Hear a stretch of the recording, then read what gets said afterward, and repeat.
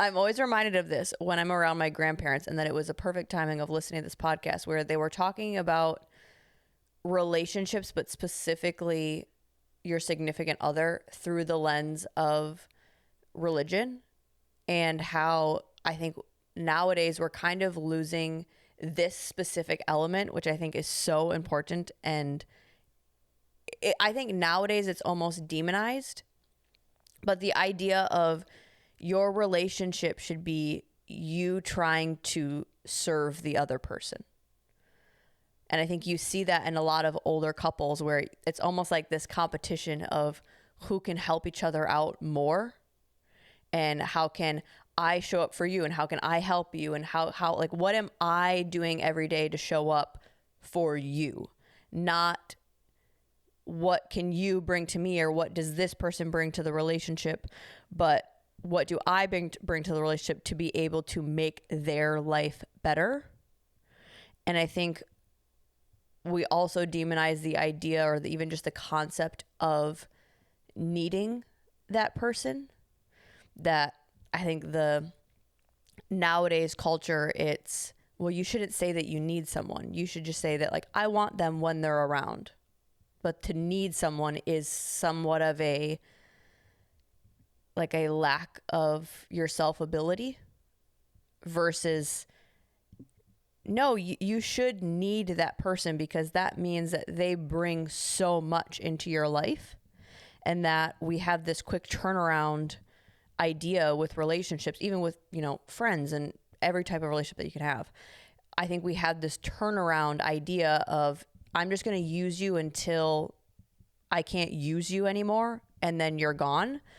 And then we don't want to have that scarcity complex of, well, I don't want to need that person, because when they leave inevitably, because we're not in this for the long haul, then you're like out of luck. Versus, no, that should be that should be a hard and a transition for you, is if you're not in that relationship anymore, because you need that person, you should be able to see the hole that they left based off of how much they bring to your partnership. And like all religion, not all religion, a lot of religion teaches marriage specifically from the viewpoint of that, of you're trying to serve your partner. Well, I think that's interesting when you look at people that go through relationships quickly, like significant others or friends, or sometimes even family. Typically they have a few mainstay people, but it's always when things get a little bit inconvenient for them, they just like drop the person, significant other or friend. So I think in general, then they're reassured, or their beliefs are like ingrained in them more, because there's this narrative of be self-sufficient, you don't need anybody, it's just all about you all the time. That like you're not only doing the thing of, well, relationships are difficult and can be difficult, and they're going to have these weird moments. You and your friend kind of get into an argument or disagreement, or they piss you off because they bail on you for something or somebody else, and then you go onto social media or you talk to another friend and they're like, oh, you don't need them, you're self-sufficient, whatever. Sorry, there's so much saliva happening from this nicotine.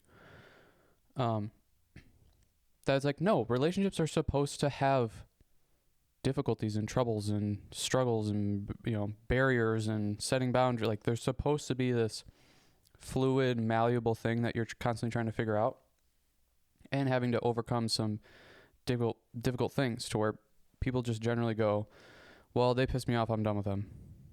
Or you see those people a lot. They run through relationships. It's like, I've been in probably two legitimate relationships. It's like, they're not all sunshines and rainbows all the time. Like, that's not how it's supposed to be. And then, like with what you're saying, you get this narrative that other people are spitting out of, oh, you don't need them. Like, you'll be fine. You're a boss lady, or you're a badass. You don't need anybody. And it's like, one of the greatest forms of torture is isolation. It's like, that's what people do when they want to break your mind. is they isolate you. They put you in a room and don't let you talk to anybody, don't let you socialize. So this idea that like we don't need each other or need people is just ridiculous, especially when it's used as a torture device. Like it's just bad info or bad narrative being spewed out. And I think going along with what you're saying too, of it being so selfish and not in service of other people, we tend to act like we're doing things for other people all of the time when really you're not. You're doing selfish things, or you're only picking out the few specific time. Like, we're really good at this as people.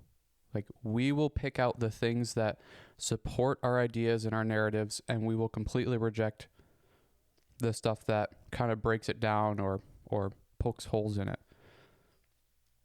So when you get people that are like, I just don't know, I'm always helping people all the time, I just care so much about other people. I dislike when people say that so much. That's my cue that you're a selfish person, is when you're like, I just care so much. It's like, oh, you're reading too many social media posts. Like, you don't care. You're only in it for you. The reason you're having a problem with this is because you're selfish and you only think of in terms of what's benefiting you or what you like or whatever.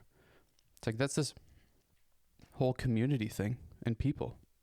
And I don't know why we're upset. It's like, you used to hold the door open for people. You used to say please and thank you. I noticed that even on the flight, or once we got into Chicago, it was like, oh, this is Midwest. Like, people are saying thank you for no reason. Like, I didn't even do anything. You're saying thank you to me. And I'm doing the same thing. It's like, nobody did anything. We're just like, oh, thanks. It's like, to me, that's how it should be. It's like, you're appreciative of that person doing 1%, 1% more for you. It's like, I don't know, that's good community to me.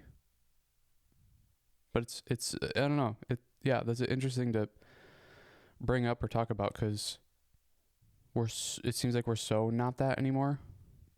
And especially when you see relationships or people struggling with relationships, and it's like, yeah, you're never in service for other people. You're not doing things just for the other person. Like, you're either expecting a return or, I don't know. Yeah, I think it is like, what can that person, it's like what I said, it's like, what can that person do for me? What are they bringing to the table? I need a specific kind of person to be in a relationship with, versus checking yourself. What am I bringing to the table? What, like, am I a catch? Am I something that people should want to be with and appreciate and want to help? Like, I think you also need to pull your end of the deal. But I think when you're focusing from the viewpoint of how can I serve others, I think it's more rewarding. I think it's more purposeful. But I feel like it's like the karma that you will get that back. Yeah, but it's easier to service other people, and it's easier to be there for them because, like what we said on our walk, like, you also don't have your own emotions wrapped up into that. Like, you can just see logic. You can just see logic of, this person is needing help with this, I'm going to find a way to help them. Or this person is struggling with this, I'm going to be the strong one here. And thinking of relationships, like they talked about that on the podcast too, of how in a long marriage or in a long partnership, you're going to have a lot of times where someone's carrying 95% of the weight, and then it's going to switch. And those phases might be years at a time.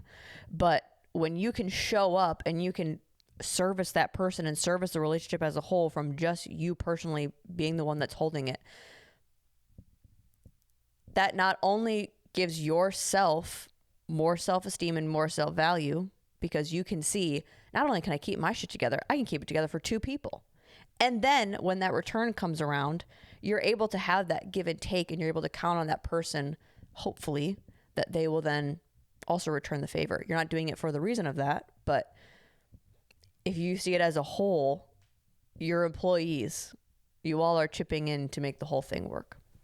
Well, and I think that's where a lot of resentment gets built up, is you're doing a lot and you're not getting it in return. And you just can't look at it in that way.